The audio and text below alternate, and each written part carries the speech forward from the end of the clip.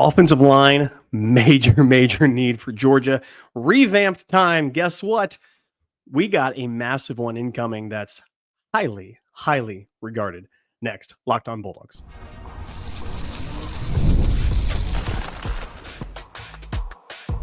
You are Locked On Bulldogs, your daily podcast on the Georgia Bulldogs. Part of the Locked On Podcast Network, your team every day. Welcome back, everybody. This is Locked On Bulldogs, your team every single day. Thank you for being an everydayer, first listener, and a loyal third segment listener. You listen all the way to the end. We appreciate you so very much. Today's episode brought to you by FanDuel, FanDuel.com. More on them in a moment.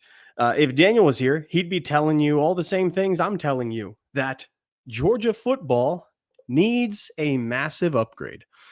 When I talk massive, I don't just mean talent. I don't just mean size. I mean the entirety upgrade. We're talking a philosophical, a mental, the whole thing of what it means to be tenacious, hard fought, not soft. Get the running game up and going and have it be something we can actually use to our advantage next season. Georgia's going to have to rely on a pretty talented running back room. Again, highly recruited guys back there. Branson Robinson, Roderick, Nate Frazier. These are names that can make a difference in the running game. Last year did not cut it for us. It was abysmal. It was lower than abysmal. It was frighteningly abysmal. Did not enjoy any of it. So we need to see them improve. We need to see them get better. We need to see a drastic change. And it all starts for Kirby Smart and the Georgia Bulldogs. Stacey Searles still employed, and many of you calling for Mike Bobo's head, which, okay, you do you. If I had one position group to change, it would be the offensive line. And again, my point for all of this has been, will be, and continue to be that the most prolific offenses in college football with the best passers ever are not winning national championships. Like, I'm sorry. Okay. Cam Ward, not in it. Carson Beck, not in it. So, again, I want wins. I want national champions. If Will Howard, who is not a good quarterback, can go 12 for 12 in the first half, it's not because it's because he played man defense against his wide receivers and the incredible wide receivers. He's able to distribute the football. I'm not going to get that. I'm just going to say trenches is where it's at. The biggest thing for these winning programs is running game up in front, protecting the quarterback, timely, explosive plays with a consistency, an absolute consistency on the ground of running the ball. So, that's where my head is at. That's where my hope is at. That's where I want your head and your hope to be at. Now, a couple news items came across the wire the last couple of days. One of note, and it is very interesting because Daniel and I talked about this a couple of days ago on the podcast on Locked On. If you're over on YouTube, by the way, get over to the audio side, subscribe, download. If you're on the audio side, get over to YouTube, do the same exact thing. Greatly appreciate it. For fans, by fans. That's what our podcast is all about. And the Ohio State fan that I've been interacting with, by the way, my gosh. Like, it just reminds me just how bad the state of Ohio is when I talk to any of you. So keep talking to me. It makes me happy and glorious that I'm not anywhere near you. Okay, a couple news items hit the wire. The first one that hit that's really interesting, Freeling, assumed to be one of the starting left tackles. We talked about this a couple days ago, that we have a number of guys to replace. Snap count is at a premium for Georgia. The number of people that we have is low, to say the least. Like, it is real low, and it needs to improve, and snap counts need to go up. So with that being said, tackle is not a foregone conclusion. I know we got Monroe Freeling coming back. I know Ernest Green coming back, and those are right now on paper the guys who are going to be starting for Georgia at the beginning of the year. It seemed to me that when you count them as two left tackles, the right tackle, Xavier Truss, who had moved around himself in his career at Georgia, that those two would naturally kind of bookend. They would be on either side of the offense. I talked about this. Their floor is pretty high. If by floor, I mean getting mollywopped by Notre Dame in the playoff game, which Monroe Freeling did. He just got absolutely handed to him. This year, it looks like going to the camp, you can pencil him in. Now, I don't know if that's true. We're going to yet to be see. I think there is an actual competition hanging out and happening. An actual competition hanging out and happening at Georgia for the tackle positions. It may be that we have 2 left tackles and 0 right tackles right now. That could be the case. Or 2 right tackles and 0 left tackles. Yet to be seen. News comes across. Monroe Freeling having surgery on his shoulder. Now, this is really, really important. Kirby Smart has said and will continue to say that practice reps are the most important reps that he can see. It's not game reps. Actually, they have stiffer competition, harder competition in practice. Okay, well, last year did not give us much hope that was really competitive at practice. But what Kirby has said is to say, I need guys who are able to compete, who are able to show me on the field that they are doing and they're being coached and they're getting by and they're progressing the way that we want them to. Okay. That being the case, I think Monroe Freeling being out with surgery, it doesn't seem like he's going to be ready for spring ball. It doesn't seem like he's going to be taking many snaps before the season begins. I think he'll be fully ready and fully healthy and fully recovered to go ahead and get ready for preseason camp. The couple weeks before we kick off, he'll be back when school's back in session and he'll be on the practice field and he'll have all the mental reps in the entire world as he rehabs that shoulder. By the way, do not give him a pass for the game against Notre Dame for this injury. He could have been injured, but everybody was injured. It's a long season, like everybody injured. Okay. It's incredible that we keep on adding games and adding time to this process for these kids. It's ridiculous to me, but got to get that money somehow. Monroe Freeling being injured really sets him back. If I'm Monroe Freeling, I'm going into spring with massive trepidation. I'm talking, I didn't play well. I got yanked in the most important spot of the season. Ernest Green, who got yanked previously, comes in and does a fine job. At left tackle.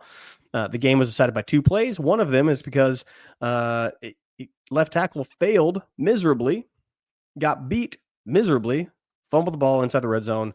1 play later, touchdown. Quick hitting slant pass over the middle. Touchdown Notre Dame. If I'm Monroe Freeling, I'm not sleeping well with this surgery news. And neither should you go ahead and just say, well, he's going to get healthy. He's going to come back and let's slot him right in. I'm here to tell you that's not the case. And I'm here to tell you and show you another position, another guy, another story where Kirby Smart has utilized the ability, the frame of offensive linemen, inserted them right in from day one and said, go get it, young man. That we've seen tackles do this. Now, they have been incredible tackles. And I'm going to list some of them when we come back. And then I'm going to tell you, if I'm Monroe Freeling, like I said, I'm nervous. I hope that surgery keeps, and I hope that mental run keeps, and I hope that nobody takes my job, because at Georgia, you do not get injured and come back and say, you got your job back. That's not what happens. At Georgia, you compete every single time. I'm going to come back and let you know why Monroe Freeling should be worried. But first, this. And this is, in fact, FanDuel. FanDuel's fantastic. They're great. They're glorious. You need to go over there right now and check them out, because FanDuel is the only spot that Daniel and I trust to go ahead and make bets, place bets, have a sports book, and get in on the action of NBA, NHL, MLB. NFL has a big old bowl that is somewhat grande. The grande of the grandiest bowls is happening right now. This coming couple weeks is going to be key to get the prop bets, get everything that you need. And FanDuel is a place to go ahead and do that. Official sportsbook of Locked On Bulldogs, Locked On Podcast. They were $5. If you make a wager of $5, you get that win. Guess what? You get $200 in bonus bets to your account. $5 win gets you $200 in bonus bets straight to your account. They're fast, they're easy, secure, they're awesome. We love them. You should love them as well. Get over there right now. FanDuel.com. Making every moment more, in a place that Dan and I love, and you should love it too. FanDuel.com. All right, I talked about Monroe Freeling injury, his surgery on his shoulder, keeping him out up until the season, likely the case. Again, with injury, you never know. You can't go ahead and guarantee me anything with injury. You can't guarantee me that it's going to come back healthy. You can't guarantee me of a recovery timetable, either early or late. You just can't do it. Okay. Surgery is wacky and wonky, and that's why many of a career have been ended because of it. It's weird. And a shoulder is a very, very particular thing. You got, if it's AC joint separation, if you got to go ahead and heat up that ball socket inside to go ahead and get that more secure, if it's a tear of some kind, it's a whole host of issues that I'm not feeling good about. And if I'm Monroe Freeling, I'm not feeling good, because there is one, ladies and gentlemen, a 5-star stud tackle. He's coming into Georgia. It's the first 5-star that we've had since 2021. That's right. You heard me. 2021 was the last time that we had this type of kid come into Georgia. And ladies and gentlemen, Juan Gaston is a dude. Juan Gaston gets that 5th star. He jumps up. It's really, really wild what happened to him. He goes nationally, I think something like 80 spots in the composite of recruiting rankings. And the recruiting rankings, camp and the like, all part of it, camp, season, height, weight, all that fun stuff, right? Okay. He's the first one that we've had since Amarius Mims. Ladies and gentlemen, I know Amarius Mims.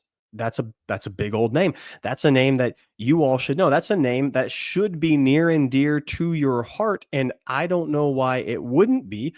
He was just the number 15th recruit in the nation. No, not at tackle, but in the nation.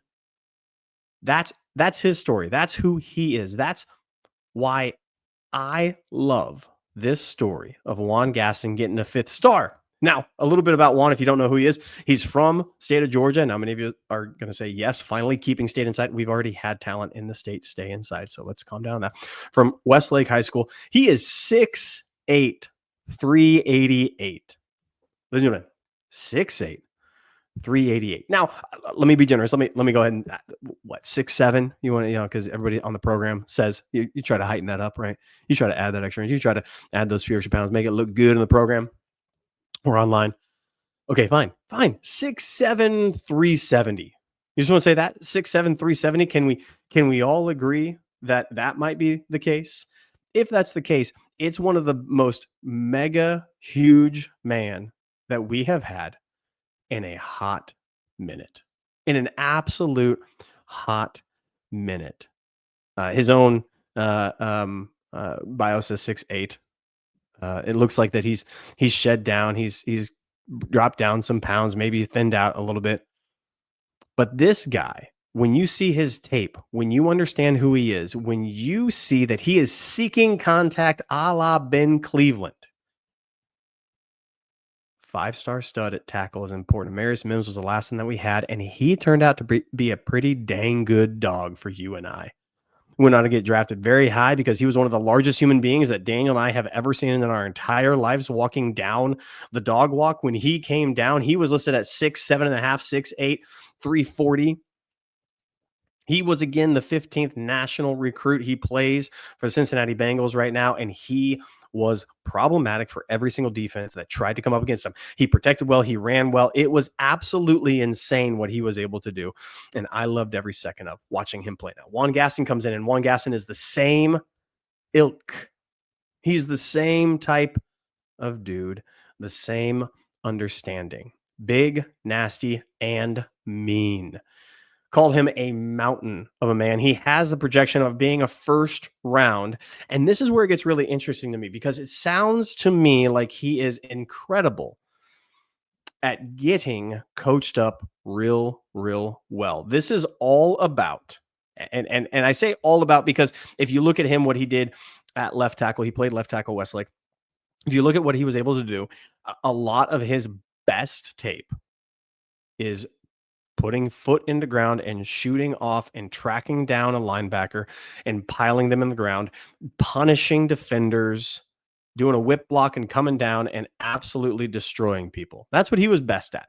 Okay. And when you talk about a difference maker on the offensive side of the ball, this is who he is. This is Juan Gaston to a T, ladies and gentlemen. He's got the absolute physicality, the absolute ability to take over a defensive line and say, I will not be stopped, to pile drive people into the ground and be thankful for it. And you have to take it and you have to enjoy it. And that is all you get. Ladies and gentlemen, I'm beyond over the moon excited for this. The 5th star means that he's developed because he got the 4th star, I think, mainly on just his physicality. You look at the dude and you're like, whoa, that's a football player. Whoa, that's a tackle. Whoa, he's doing some things. Okay, great. There's your 4 stars right there. You are bigger and stronger than anybody else at your position. Congratulations. Your natural ability, your God-given ability just gets you that. Secondly, going up to 5th star, he didn't get taller.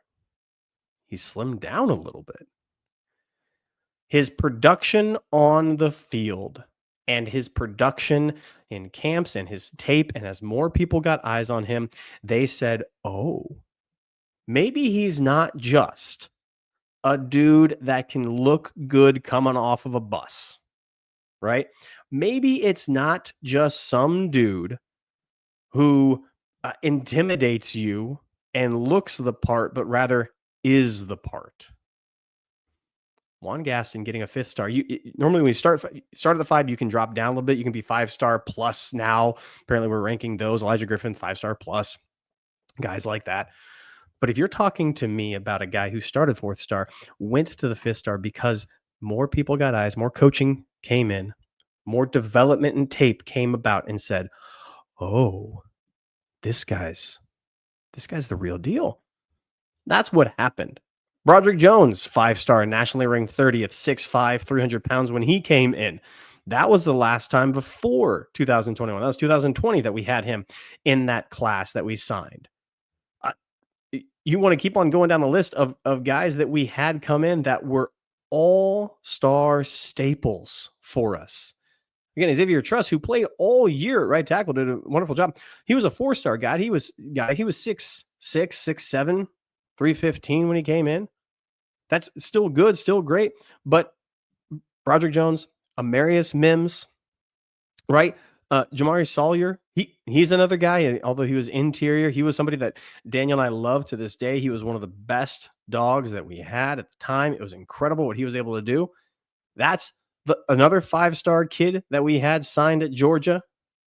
Before that time, again, these are 3 or 4 listed guys that we had. Andrew Thomas was not even a 5-star. Andrew Thomas was close to it. He got probably on some composites, he was a 5th star. But he was that borderline. He was right in between. Juan Gaston is not in between. Juan Gaston is 5-star, is upper crust, is one of the best left tackles in high school coming into Georgia. The names I just listed: Amarius Mims, Jamari Sawyer, Broderick Jones. These are dudes. These are guys who were game-changing on the offensive line for us. Game-changing teams that had the projection and the ability to take us somewhere that we hadn't been before. These were foundational pieces. And yes, I know. Andrew Thomas, incredible left tackle. One of my favorite all-time left tackles in Georgia history. Think of when Mims, think of with Jamari, think of when Broderick. When did they play? When did they get in? It was pretty early on. It wasn't like they had to sit for 3 years to get in. They were contributors very early on. Mims, again, was that guy that walking down the dog walk was frightening. Like, just children, like, shield your eyes, because that's a monster among us. This was absolute gold for us to land Juan Gaston. And a lot of y'all were just saying, ho hum, he looks like he's just big, so that's why he got it. 4-star. Stacey Searles got it. Come on, y'all. Don't do that to me. This should excite you to no end, because we need guys who are in the mold of the people I have just listed. And I'm here to tell you, Monroe Freeling better hurry back, because right tackle is not shored up. And if you're telling me Juan Gaston could start with that massive frame at right tackle because he brings tenacity, and all he has to do really is go ahead and have Cass Jones chip on somebody behind him as he gets protection to just do what he does best, I'm here for it. Don't sleep on Juan Gaston being your starting right tackle. come season beginning. It seems like interiorly we have a whole bunch, we have a whole bunch to replace. It seems like we might have guys that are taken care of there, but it also seems like, hold the phone. Right tackle's not a done deal. Y'all, it's wild to me. It's exciting to me. This should thrill you. We're going to come back after this, and we're going to let you know about another thrilling, exciting, incredible thing that has happened for Georgia. And if you're sleeping on it, if you're not in on it, that sucks to be you. Next.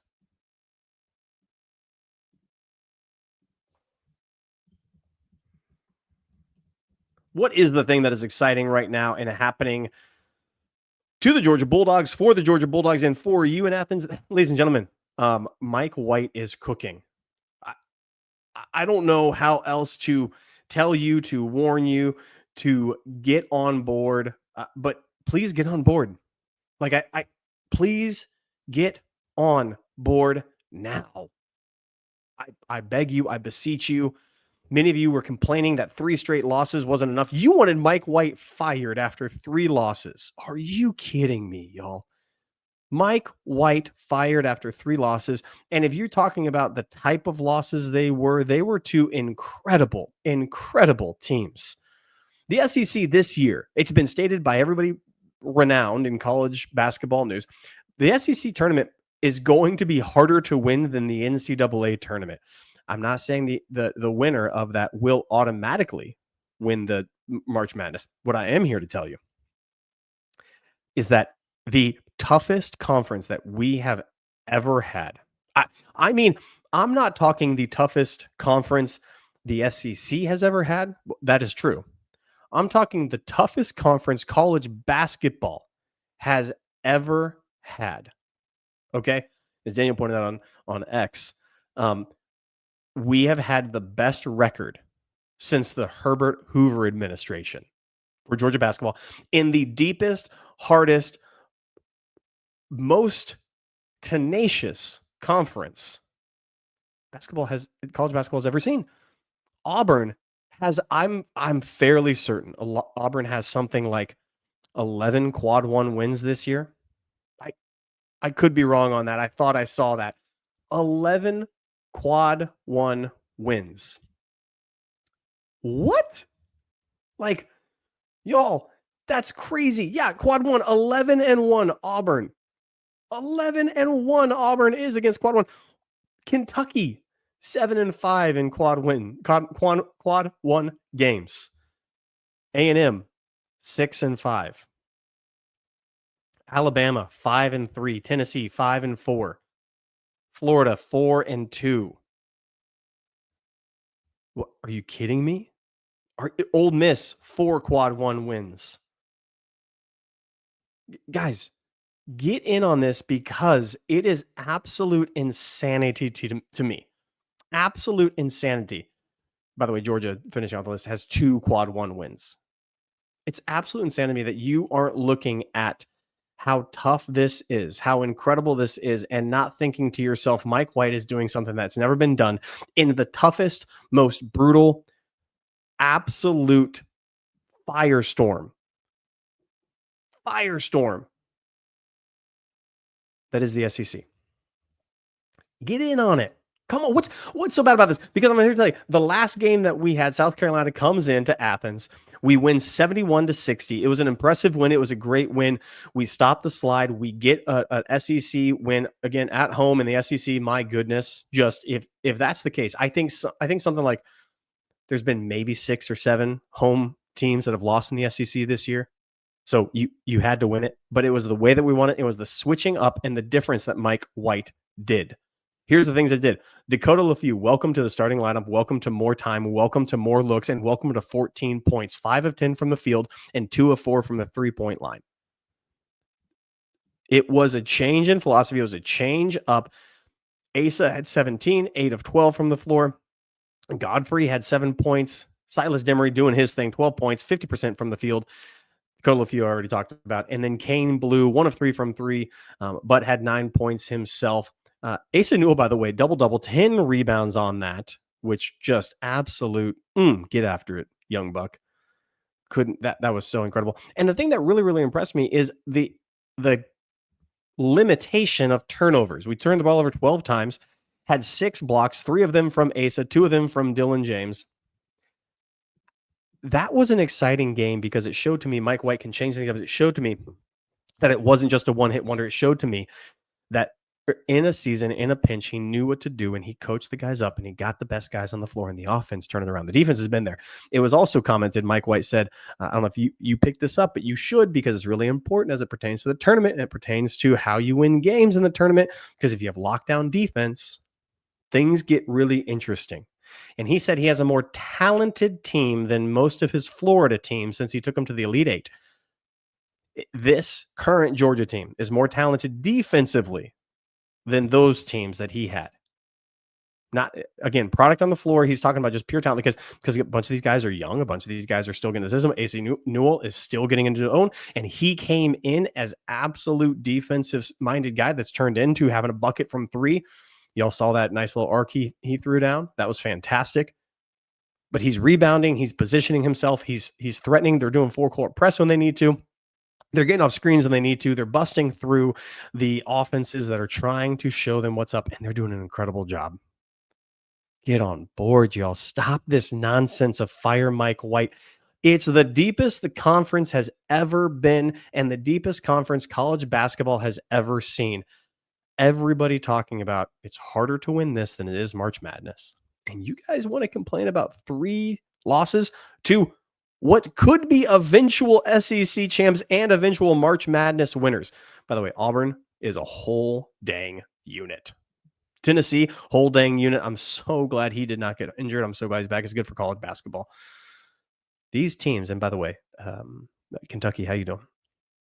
These teams have the patience, have the determination, have the ability, have the talent, have the coaching. And we're right there with them. And I know we lost 3 in a row. We beat South Carolina. South Carolina is not the same. Yeah, but they're better than a lot of other conference teams. They're better than a lot of other teams in other conferences. They have something. It's incredible what they have. Because they're in the SEC, because they're competitive, because comparatively to the rest of the league, don't play that game. Don't get caught in that. Don't say, well, South Carolina's trash because look at Tennessee, look at Auburn, look at Alabama. Don't do that. Still a good squad.